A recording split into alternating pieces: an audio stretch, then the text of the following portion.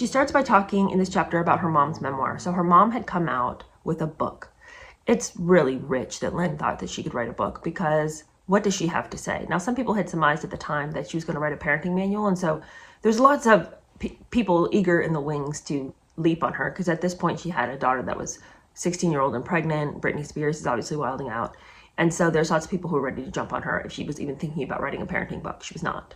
It happened to be ghosted by a person who had written parenting books before. So that's why people thought that was what she was writing, but it wasn't. And she just thought that it was time for her to put her perspective down so that the world could know. And what I think it is that she just wanted to scrub from her own identity the guilt that was being heaped upon her by the world, as they looked on at Britney and thought, well, what in the world is the matter with Lynn? You know, and so, I mean, I can understand the desire to distance yourself from what you feel like is an unfair narrative, but I think that the very fact that she's coming out writing a book about her daughter at her daughter's peak heartbreak and breakdown would indicate to all of us what we already suspected about Lynn. You are not a very good mother.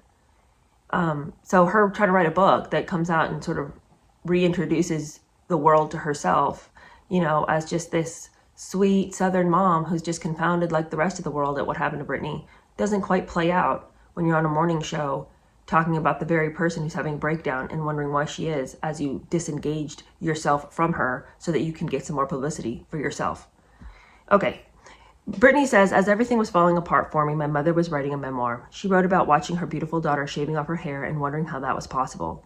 She said that I used to be the, quote, happiest little girl in the world. When I made the happiest little girl in the world, that's just like in the beginning of all those true crime documentaries. They lit up the room when they walked in. You know, they were the life of the party. It's like, what are these phrases? How about we describe people in terms that are actually unique to them? Anyway, when I made the wrong move, it was like my mother wasn't concerned. She would share my every mistake on television, promoting her book. She wrote it trading on my name and talking about parenting of me and my brother and sister at a time when all three of us kids were basket cases. Jamie Lynn was a pregnant teenager. Brian was struggling to find his place in the world and still convinced he was letting our father down, and I was in full meltdown. Well, Britney's confounded as to why her mother would pick that time to come out. That's exactly what time a person like Lynn would pick to come out. She's horrified by what the fruit of her loins are up to. And so she's over here trying to run damage control. You know, her tender Southern ego can't handle it. Oh my gosh, what in the world are people going to think about me and my babies? Brian doesn't know what's going on. His daddy's made him feel so bad about himself, and he's just wandering around. Britney Lynn, oh my God, is pregnant. And Britney, I can't even get into it. I mean, she is ugly.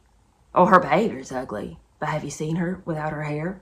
Oh my God, when I saw that, I was like, baby girl, you have got to do something. I mean, it's hard to look at her. It's hard to look at her. It's been hard to look at her because she's just been such a holy mess. But now, I mean, it's like, I can't even spare a minute for it. You know, it's frustrating. It's frustrating to see her like that, you know. It just seems like she wouldn't want to look so bad all the time. I mean, I didn't raise her to look like that. I raised her to take care of herself, you know. She's a young lady. I don't know why she'd want to shave her head like some little street boy. I don't know. When the book came out, she appeared on every morning show to promote it. I would turn on the TV to see B-roll of me and my shaved head flashing on the screen. My mother was telling the host of the Today Show that she'd spent hours wondering how things went so wrong with me. On another show, the audience clapped when she said my sister was pregnant at 16. That was classy as shit, apparently, because she was still with the father. Yes, how wonderful. She was married to her husband and having a baby at 17. They're still together. Great. Doesn't matter that she's a child having a child. That's what I'm saying about this particular section of the book. As entertaining as it is for us, Britney's biting tone sort of demeans her perspective, because of course we expect that she'd be upset. But in order to rise above the incidents and in order to make herself seem even more sane, she's got to cool it on the judgmental perspective of her family and try to just be a little bit more level-headed about it, even though I know that would be so hard. I totally understand that what's happened to her is ridiculous. But in order for us to hear the pointed objections she has to her care, she can't get petty. But the ghostwriter kind of let her just, run rampant on this section. Britney says, I was in one of the darkest times of my life. And my mom was telling audiences, oh yeah, well, here's Britney. I mean, I don't know what happened. The book was huge for her and all at my expense. The timing was un-effing believable. I'm willing to admit that in the throes of severe postpartum depression, abandonment from my husband, the torture of being separated from my 2 babies, the death of my adored Aunt Sandra, and the constant humdrum of pressure from the paparazzi, I'd begun to think in ways like a child. And yet, I look at the worst I did during that time, and I don't believe the sum total of them is anywhere near as cruel as what my mother did by writing and promoting that book. She was on morning shows trying to sell her book about when I was in hospitals and being driven insane because I was separated from my babies for weeks on end. She was making money off of that dark time. Here's the thing. It is pretty shocking that they could all point a finger at Britney and say, you're crazy, you're crazy, you're crazy. And then her mother could do something completely insane, like writing a memoir about her daughter who's in full meltdown so that she can have a moment for herself in the spotlight and look like she's the one in control. Like, that's crazy. Everybody wants to point a finger at Britney, but a mom doing that, that's cruel and insane. In those days, I wasn't the brightest bulb on the tree. It's the truth. But what plenty of people took away from my mom's book was, oh, Britney's so bad. Her book even made me believe I was bad. And she did it at a time when I already felt so much shame. Britney is so impressionable, but at the same time, I'm like, okay, yes, your mother is saying that you're bad in her book. And that would have been heartbreaking to have your mother say those things. Absolutely, it would have been soul crushing.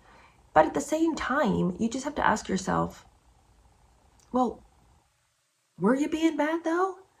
Were you running around in clubs? Were you walking through the streets, with barely any clothes on? Were you just like getting into and starting really bad relationships just like as a middle finger to the world?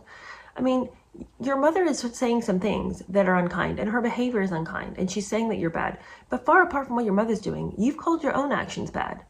And I mean, I know Britney is incredibly impressionable. She's probably the sort of person who would admit to a crime she had not committed.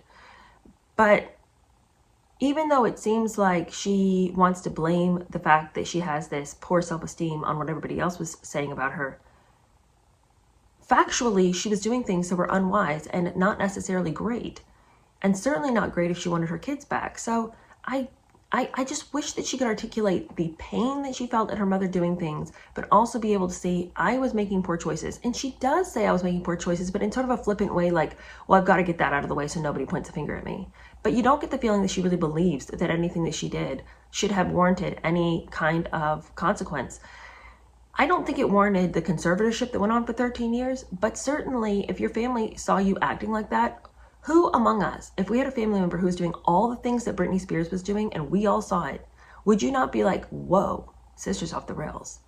Would you not be like, family counsel, we need to have an intervention? I mean, surely you would do something like that for a loved one. If one of your brothers or sisters was acting like that, something had to be done. And maybe Britney just wanted to have a sit down talk, but I don't think that she would have accepted that sit down talk. The conservatorship, obviously, we all think that was bogus, but something had to be done. And Britney has got to stop acting like everybody should have just seen what she was doing and then gave her kids anyway. I don't think she was acting like a responsible parent at all. I as a mother, I sympathize with her deeply at the loss of her kids, but she wasn't acting like she wanted them back because she wasn't doing what needed to be done. Anyway, she goes on to say that the pain of seeing her mother trot that book around was so painful that even to this day, she says, I swear to God, it makes me want to cry to think about my kids going through anything hard like I was going through when they were babies. If one of my sons was going through something like that, do you think I would write a book about it? I'd fall to my knees. I'd do anything I could do to help him through it, to hold him, to make it better. The last thing I would do would be to cut my hair into a bob and put on a tasteful pantsuit and sit down on a morning show and make money off my child's misfortune. Sometimes I talk trash on Instagram and people don't know why I have such anger toward my parents, but I think if they were in my shoes, they would understand. Yeah, I mean, we do understand for sure. We totally get that your parents are out of line and they took the cruelest possible means of getting into your bank account. Like, we get it. Your parents have misused you and abused you 100%.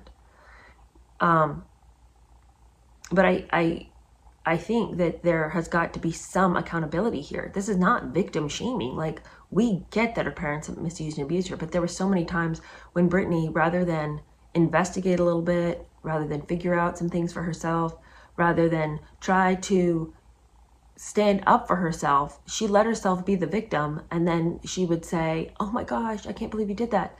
Well, don't stand in the way of the truck. If you know that your family is crazy, if you know that the people you're working with are crazy, don't stand in the middle of the road waiting for them to run you over with their truck. Get out of the road.